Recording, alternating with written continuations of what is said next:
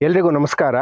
ಕರ್ನಾಟಕ ರತ್ನ ದಾದಾ ಸಾಹೇಬ್ ಫಾಲ್ಕೆ ಪ್ರಶಸ್ತಿ ವಿಜೇತ ಡಾಕ್ಟರ್ ರಾಜ್ಕುಮಾರ್ ರವರ ವೈಶಿಷ್ಟ್ಯತೆ ಏನಿದೆ, ಅವರ ನಾಡು ನುಡಿಯ ಸೇವೆ ಏನಿದೆ, ಮತ್ತೆ ಅವರ ಅಭಿನಯದ ಒಂದು ಮಹತ್ವ ಏನಿದೆ, ಇದನ್ನ ನಾನು ಈಗಿನ ಒಂದು ಯುವ ಪೀಳಿಗೆಗೆ ತಿಳಿಸ್ಬೇಕು ಅನ್ನೋ ಒಂದು ನಿಟ್ಟಿನಲ್ಲಿ ಹೊರಟಾಗ, ಸುಮಾರು ನಾನು 45 ವರ್ಷಗಳಿಂದ, ಅಂದ್ರೆ ನಾನು 5 ವರ್ಷದ ಹುಡುಗನಿಂದ ಮಾಡಿರತಕ್ಕಂಥ ಸಂಗ್ರಹ ಏನಿತ್ತು ಡಾಕ್ಟರ್ ರಾಜ್ಕುಮಾರ್ ಅವರ ಬಗೆಗಿನ ಪುಸ್ತಕಗಳಾಗ್ಲಿ, ಮ್ಯಾಗಝೈನ್ಸ್ ಆಗಲಿ, ಅವರ ಭಾವಚಿತ್ರಗಳಾಗ್ಲಿ, ಇವಕ್ಕೆಲ್ಲ ಒಂದು ಹೊಸ ರೂಪವನ್ನ ಕೊಟ್ಕೊಂಡು ನಾನು ಹೊರಟೆ. ಏನಪ್ಪಾ ಅಂತಂದ್ರೆ, ಈಗ ನನ್ನಲ್ಲಿ ಸುಮಾರು 6-7 ಸಾವಿರಕ್ಕೂ ಹೆಚ್ಚಿನ ಅಣ್ಣವರ ಭಾವಚಿತ್ರಗಳು ಇದಾವೆ. ಎಲ್ಲಾ ರೀತಿಯ ಪೌರಾಣಿಕ, ಐತಿಹಾಸಿಕ, ಜಾನಪದ ಶೈಲಿ, ಮತ್ತೆ ಅವರ ಯೋಗಾಸನಗಳು, ಮತ್ತೆ ಅವರ ಕೌಟುಂಬಿಕ ಪರ್ಸನಲ್ ಖಾಸಗಿ ಜೀವನದ ಚಿತ್ರಗಳು ಪ್ರತಿಯೊಂದುಗಳು ನನ್ನ ಸಂಗ್ರಹದಲ್ಲಿವೆ. ಮತ್ತೆ ಅದಕ್ಕಿಂತ ಮುಖ್ಯವಾಗಿ ಡಾಕ್ಟರ್ ರಾಜ್ಕುಮಾರ್ ಬಗ್ಗೆ ಬಂದಂತ ವಾರಪತ್ರಿಕೆಗಳಾಗ್ಬೋದು, ದಿನಪತ್ರಿಕೆಗಳಾಗ್ಬೋದು, ಮತ್ತೆ ಮಾಸಪತ್ರಿಕೆಗಳಾಗ್ಬೋದು, ಸುಮಾರು 30-40 ವರ್ಷಗಳಿನ ಹಿಂದಿನ ಪತ್ರಿಕೆಗಳು ಕೂಡ ನನ್ನ ಸಂಗ್ರಹದಲ್ಲಿದೆ. ಅವಕ್ಕೆಲ್ಲ ಈಗ ಒಂದು ಹೊಸ ರೂಪವನ್ನು ಕೊಟ್ಟು, ಅದು ನನ್ನ ಒಂದು ಖುಷಿಗೋಸ್ಕರ ನಾನು ಮಾಡಿದಂಥ ಸಂಗ್ರಹ. ಅದು 4-6 ಜನಕ್ಕೆ ನೋಡೋದಕ್ಕೆ ಇಡಬೇಕು ಅನ್ನೋ ಒಂದು ದೃಷ್ಟಿ ಇಟ್ಕೊಂಡು ಮಾಡಿದ್ದಂಥದ್ದಲ್ಲ. ನನ್ನ ಅಭಿಮಾನಕ್ಕೋಸ್ಕರ, ನನ್ನ ಖುಷಿಗೋಸ್ಕರ ಸಂಗ್ರಹವನ್ನ ಮಾಡಿದ್ದೆ. ಅದನ್ನ ಗಮನಿಸ್ತಿದ್ದಂಥ ನನ್ನ ಸ್ನೇಹಿತರುಗಳೇನಿದ್ರು, ನಮ್ಮ ಕಾಸಾಪ ಅಧ್ಯಕ್ಷ ಆದಂತ ರವಿಕುಮಾರ್ ಇರ್ಬೋದು, ಇಲ್ಲ ನಮ್ಮ ಕನ್ನಡ ಸಂಘದ ಅಧ್ಯಕ್ಷ ಆದಂತ ರೇಣುಕಸ್ವಾಮಿ ಅವ್ರು ಇರ್ಬೋದು, ಇವರೆಲ್ಲರೂ ಸೇರ್ಕೊಂಡು ಇದನ್ನ ನೀನ್ ಮನೆಯಲ್ಲೇ ಇಟ್ಕೊಂಡ್ರೆ ಯಾರು ನೋಡಲ್ಲ, ಇದನ್ನ 100 ಜನ, 1000 ಜನ, ಲಕ್ಷಾಂತರ ಜನ ನೋಡಾಗ ಆಗ್ಬೇಕು, ಅದರಿಂದ ಇದನ್ನ ಸಾರ್ವಜನಿಕವಾಗಿ ನೀನು ಪ್ರದರ್ಶನ ಮಾಡಬೇಕು ಅನ್ನೋ ಒಂದು ನನಗೆ ಒಂದು ಸಲಹೆಯನ್ನ ನೀಡಿದ್ರು. ಈ ನಿಟ್ಟಿನಲ್ಲಿ ನಾನೇನ್ ಮಾಡಿದೆ, 3-4 ವರ್ಷದಿಂದ ಅದಕ್ಕೆ ಒಂದು ಹೊಸ ರೂಪಗಳನ್ನ, ಅಂದ್ರೆ ಹಾಳಾಗಿ ಹೋಗಿರ್ತಕ್ಕಂಥ ಒಂದು ಫೋಟೋಗಳನ್ನ ಮತ್ತೆ ಲ್ಯಾಮಿನೇಷನ್ ಮಾಡೋದು, ಮತ್ತೆ ಶಿಥಿಲವಾಗಿರ್ತಕ್ಕಂಥದ್ನ ಮತ್ತೆ ಸ್ಕ್ಯಾನ್ ಮಾಡ್ಕೊಂಡು ರೀಪ್ರಿಂಟ್ ಹಾಕೋದು, ಪುಸ್ತಕಗಳು ಅಷ್ಟೇ ಅರ್ಧೋಗಿರೋದನ್ನ ಮತ್ತೆ ಅದಕ್ಕೆ ಏನಾರ ಪ್ಯಾಚ್ ವರ್ಕ್ ಮಾಡೋದು, ಬೈಂಡಿಂಗ್ ಮಾಡೋದು, ಈ ತರ ಎಲ್ಲ ಒಂದು 3-4 ವರ್ಷಗಳಿಂದ ನಾನು ರೆಡಿ ಮಾಡ್ಕೊಂಡು ಈಗ ನಾನು ಅದನ್ನ ಪ್ರದರ್ಶನಿಗೆ ಸಿದ್ಧಪಡಿಸಿದ್ದೀನಿ. ಇದರಲ್ಲಿ ಸುಮಾರು ಭಾವಚಿತ್ರಗಳು ಅಷ್ಟೇ ಅಲ್ಲ, ಮ್ಯಾಗಝೈನ್ಸ್ ಅಷ್ಟೇ ಅಲ್ಲ, ಮತ್ತೆ ರಾಜ್ಕುಮಾರ್ ಅವರ ಸಿಡಿಗಳು, ಸಿನಿಮಾ ಸಿಡಿಗಳು ಇದಾವಲ್ಲ, ಸುಮಾರು ರಾಜ್ಕುಮಾರ್ ಅವರು 213 ಸಿನಿಮಾಗಳಲ್ಲಿ ನಟನೆ ಮಾಡಿದ್ದಾರೆ. ಅದರಲ್ಲಿ 203 ನಾಯಕ ನಟರಾಗಿ ಅಭಿನಯಿಸಿದಂತ ಚಿತ್ರಗಳು. ಈ 213 ಸಿನಿಮಾಗಳಲ್ಲಿ ನನ್ನ ಹತ್ರ ಹೆಚ್ಚು ಕಡಿಮೆ 205 ಸಿನಿಮಾಗಳ ಸಿಡಿಗಳಿದಾವೆ, ಪೂರ್ತಿ ಚಲನಚಿತ್ರಗಳ ಸಿಡಿಗಳು.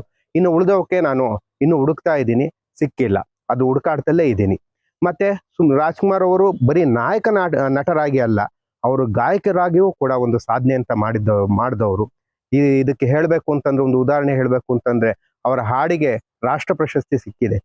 ಅವರು ಗಾಯಕರಾಗಿ ಮಾಡಿದಂತ ಒಂದು ಅದ್ಭುತವಾದ ಸಾಧನೆ ಅಂತಂದ್ರೆ, ಒಂದು ಜೀವನ ಚೈತ್ರ ನಾದಮಯ ಚಿತ್ರಕ್ಕೆ ಹಾಡಿಗೆ ಅವರಿಗೆ ರಾಷ್ಟ್ರ ಪ್ರಶಸ್ತಿ ದೊರಕಿದ್ದೆ ಒಂದು ಉದಾಹರಣೆಯಾಗಿ ಹೇಳ್ಬೋದು. ಇದುವರೆಗೂ ಭಾರತೀಯ ಚಿತ್ರರಂಗದಲ್ಲಿ ಯಾವ ನಟನು ನಾಯಕನಾಗಿ ಒಂದು ರಾಷ್ಟ್ರ ಪ್ರಶಸ್ತಿಯನ್ನ ಪಡೆದಿರ್ಬೋದು, ಕೆಲವರು ಗಾಯಕರು ರಾಷ್ಟ್ರ ಪ್ರಶಸ್ತಿಯನ್ನ ಗಾಯನಕ್ಕೆ ಪಡೆದಿರ್ಬೋದು, ಆದ್ರೆ ಒಬ್ಬ ನಾಯಕ ನಟನಾಗಿ ಗಾಯನಕ್ಕೆ ರಾಷ್ಟ್ರ ಪ್ರಶಸ್ತಿಯನ್ನ ಪಡೆದಿರತಕ್ಕಂಥದ್ದು ಇದೇ ಮೊದಲನೇದು ಅಂತ ಹೇಳ್ಬೋದು. ಇಂಥ ಡಾಕ್ಟರ್ ರಾಜ್ಕುಮಾರ್ ಅವರು ಸುಮಾರು 400ಕ್ಕೂ ಹೆಚ್ಚಿನ ಚಲನಚಿತ್ರ ಗೀತೆಗಳನ್ನ ಹಾಡಿದ್ದಾರೆ. ಅದರಲ್ಲಿ ಅವರ ಒಂದು ಅಭಿನಯಕ್ಕೆ ಒಂದು 200-210 ಚಲನಚಿತ್ರ ಗೀತೆಗಳನ್ನ ಹಾಡ್ಕೊಂಡಿದ್ದಾರೆ. ಇನ್ನ ಬೇರೆಯವರು ಅಭಿನಯಕ್ಕೆ ರಾಜ್ಕುಮಾರ್ ಅವರು ತಾವು ನಟಿಸದಲ್ಲೇ ಇರ್ತಕ್ಕಂಥ ಬೇರೆ ನಾಯಕರು ನಟರು ನಟಿಸಿದಂತ ಚಲನಚಿತ್ರಗಳಿಗೆ ಹಿನ್ನೆಲೆ ಗಾಯನವನ್ನ ಸುಮಾರು 110 ಹಾಡುಗಳನ್ನ ಹಾಡಿದ್ದಾರೆ. ಆ ಸಂಗ್ರಹನೂ ಕೂಡ ನನ್ನಲ್ಲಿದೆ. ಮತ್ತೆ ಎಲ್ಲದಕ್ಕಿಂತ ಮುಖ್ಯವಾಗಿ ಅವರು ಭಕ್ತಿಗೀತೆ, ಭಾವಗೀತೆಗಳನ್ನ ಬಹಳ ಚೆನ್ನಾಗಿ ಹಾಡಿದ್ದಾರೆ. ಸುಮಾರು 60-70 ಧ್ವನಿಮುದ್ರಿಕೆಗಳು ಅವರ ಹಾಡುಗಾರಿಕೆಯಲ್ಲಿ ಆಚೆ ಬಂದಿದೆ. ಅಂದ್ರೆ 600-700ಕ್ಕೂ ಹೆಚ್ಚಿನ ಭಕ್ತಿಗೀತೆ, ಭಾವಗೀತೆಗಳನ್ನ ಅಣ್ಣವ್ರು ಹಾಡಿದ್ದಾರೆ. ಉದಾಹರಣೆಗೆ ಹೇಳ್ಬೇಕು ಅಂತಂದ್ರೆ, ಮಂಕುತಿಮ್ಮನ ಕಗ್ಗ, ಡಿ ವಿ ಗುಂಡಪ್ಪನವರ ಮಂಕುತಿಮ್ಮನ ಕಗ್ಗ, ಮತ್ತೆ ಎಲ್ಲ ಕನ್ನಡ ಸಾಹಿತಿಗಳು ಬರ್ದಂತ, ಕನ್ನಡದ ಬಗ್ಗೆ ಬರ್ದಂತ ಕನ್ನಡವೇ ಸತ್ಯ, ಈ ತರದೆಲ್ಲ ಧ್ವನಿಮುದ್ರಿಕೆಗಳಿದಾವೆ. ಅದನ್ನೆಲ್ಲ ನಾನು ಹಳೆ ಕ್ಯಾಸೆಟ್ನಿಂದ ಹಿಡಿದು ಈಗಿನ ಸಿಡಿಗಳಿಗೂ ಮತ್ತೆ ಅವನ್ನ ಯೂಟ್ಯೂಬ್ ಅಲ್ಲಿ ಡೌನ್ಲೋಡ್ ಮಾಡ್ಕೊಂಡು ಸಾಫ್ಟ್ ಕಾಪಿಗಳು ಕೂಡ ಇದೆ. ಈ ಸಂಗ್ರಹಗಳು ಕೂಡ ನನ್ನಲ್ಲಿದೆ. ಮತ್ತೆ ಇನ್ನೊಂದು ವಿಚಾರ ಏನಪ್ಪಾ ಅಂತಂದ್ರೆ, ಡಾಕ್ಟರ್ ರಾಜ್ಕುಮಾರ್ ಅವರ ಬಗ್ಗೆ ಇದುವರೆಗೂ ಸುಮಾರು 200ಕ್ಕೂ ಹೆಚ್ಚಿನ ಪುಸ್ತಕಗಳು ಬಂದಿದ್ದಾವೆ. ಇದು ನಮ್ಮ ಭಾರತೀಯ ಚಿತ್ರರಂಗದಲ್ಲೇ ಒಂದು ದಾಖಲೆ. ಇದುವರೆಗೂ ಯಾವ ಸೂಪರ್ ಸ್ಟಾರ್ ಬಗ್ಗೆನೂ 200ಕ್ಕೂ ಹೆಚ್ಚಿನ ಒಂದು ಪುಸ್ತಕಗಳು ಇದುವರೆಗೂ ಬಂದಿಲ್ಲ. ಆ 200ಕ್ಕೂ ಹೆಚ್ಚಿನ ಪುಸ್ತಕಗಳಲ್ಲಿ ಸುಮಾರು 175 ಪುಸ್ತಕಗಳನ್ನ ನಾನು ಸಂಗ್ರಹನ ಮಾಡಿದ್ದೀನಿ. ಇನ್ನು 25 ಪುಸ್ತಕಗಳನ್ನ ಹುಡುಕ್ತಾ ಇದ್ದೀನಿ. ಆ ಲೀಸ್ಟ್ ಇದೆ ನನ್ನಲ್ಲಿ, ಪುಸ್ತಕಗಳು ಸಿಗ್ತಾ ಇಲ್ಲ. ಅವು ಸುಮಾರು 20-25 ವರ್ಷಗಳಿಂದ ಪಬ್ಲಿಷ್ ಆಗಿರೋಂಥವು. ಅವನ್ನ ಇನ್ನೂ ನಾನು ಸಂಗ್ರಹದಲ್ಲೇ ಇದ್ದೀನಿ. ಇದು ಒಂದು ನನ್ನಲ್ಲಿರೋ ದಾಖಲೆ. ಮತ್ತೆ ಇನ್ನೊಂದು ವಿಚಾರ ಏನಪ್ಪಾ ಅಂತಂದ್ರೆ, ರಾಜ್ಕುಮಾರ್ ಅವರ 213 ಸಿನಿಮಾಗಳಲ್ಲಿ ಅವರ ಕಾದಂಬರಿ ಆಧಾರಿತ ಸಿನಿಮಾಗಳು 40 ಇದೆ. ಕನ್ನಡ ಕಾದಂಬರಿ ಆಧಾರಿತ ಸಿನಿಮಾಗಳು 40. ಅಂದ್ರೆ ರಾಜ್ಕುಮಾರ್ ಅವರು ಒಂದು ಕನ್ನಡ ಭಾಷೆಗೆ, ಒಂದು ಕನ್ನಡ ಸಾಹಿತಿಗಳಿಗೆ ಎಷ್ಟು ಗೌರವವನ್ನು ಕೊಡ್ತಿದ್ದಾರೆ ಅನ್ನೋದು ಇದು ನಮಗೆ ತಿಳಿಸ್ತದೆ. ಇದುವರೆಗೂ ಯಾವ ಭಾಷೆಯ ನಟನೂ ಕೂಡ ಅವರ ಮಾತೃಭಾಷೆಯ ಬರಹಗಾರಿಗಾಗ್ಲಿ ಸಾಹಿತಿಗಳಿಗಾಗ್ಲಿ ಇಷ್ಟು ಮಹತ್ವವನ್ನು ಕೊಟ್ಟಂತ ಉದಾಹರಣೆಗಳು ಎಲ್ಲೂ ಇಲ್ಲ.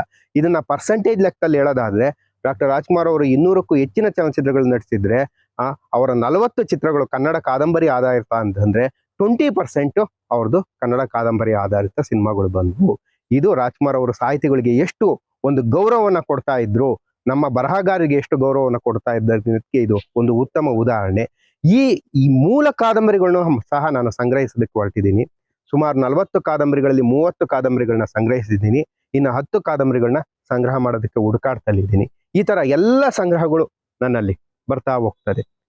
6-7 ಸಾವಿರಕ್ಕೂ ಹೆಚ್ಚಿನ ಭಾವಚಿತ್ರಗಳು, ಮತ್ತೆ ದಿನಪತ್ರಿಕೆಗಳು, ಮಾಸಪತ್ರಿಕೆಗಳು, ವಾರಪತ್ರಿಕೆಗಳು, ಮತ್ತೆ ಆಡಿಯೋ ಕ್ಯಾಸೆಟ್ಗಳು, ಮತ್ತೆ ವಿಡಿಯೋ ಕ್ಯಾಸೆಟ್ಗಳು, ಮತ್ತೆ ಪುಸ್ತಕಗಳು, ಮತ್ತೆ ರಾಜ್ಕುಮಾರ್ ಅವರ ಯೋಗಾಸನದ ಪುಸ್ತಕಗಳು, ಈ ಎಲ್ಲ ಈ ಸಂಗ್ರಹಗಳನ್ನ ನಾನು ಈಗಿನ ಯುವ ಪೀಳಿಗೆಗೆ ನೋಡೋದಕ್ಕೆ ಇಡಬೇಕು ಅನ್ನೋ ಒಂದು ಉದ್ದೇಶದಿಂದ ಹೊರಟಿದ್ದೀನಿ.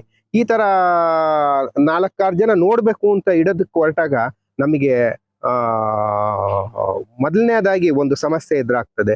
ಏನಪ್ಪಾ ಅಂದ್ರೆ, ನನ್ನ ಖುಷಿಗೋಸ್ಕರ ನಾನು ಸಂಗ್ರಹ ಮಾಡಿ ಇಟ್ಕೊಂಡಿದ್ದೆ, ಅದಕ್ಕೊಂದು ರೂಪವನ್ನು ಕೊಟ್ಟೆ, ಪ್ರದರ್ಶನಿಯ ಒಂದು ಉದ್ದೇಶವನ್ನ ಇಟ್ಕೊಂಡು.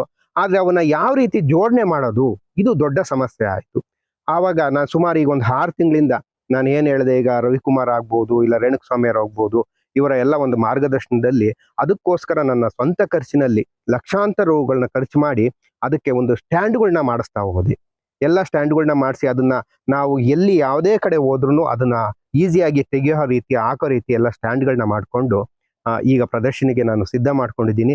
ಇನ್ನೂ ಲಕ್ಷಾಂತರ ರೂಪಾಯಿ ಖರ್ಚಿದೆ. ಅದಕ್ಕೆ ನಾವೆಲ್ಲ ಸ್ಕ್ರೀನ್ಗಳನ್ನ ಹಾಕಬೇಕು, ಇನ್ನೊಂದು ಮತ್ತೊಂದೆಲ್ಲ ರೆಡಿ ಮಾಡ್ಕೋಬೇಕು. ಅದನ್ನ ನಿಧಾನಕ್ಕೆ ನಾನು ಒಂದೊಂದೇ ನನ್ನ ಆರ್ಥಿಕ ಒಂದು ಸ್ಥಿತಿಯನ್ನ ನೋಡ್ಕೊಂಡು ಮಾಡ್ಕೊಳ್ತಾ ಹೋಗ್ತೀನಿ.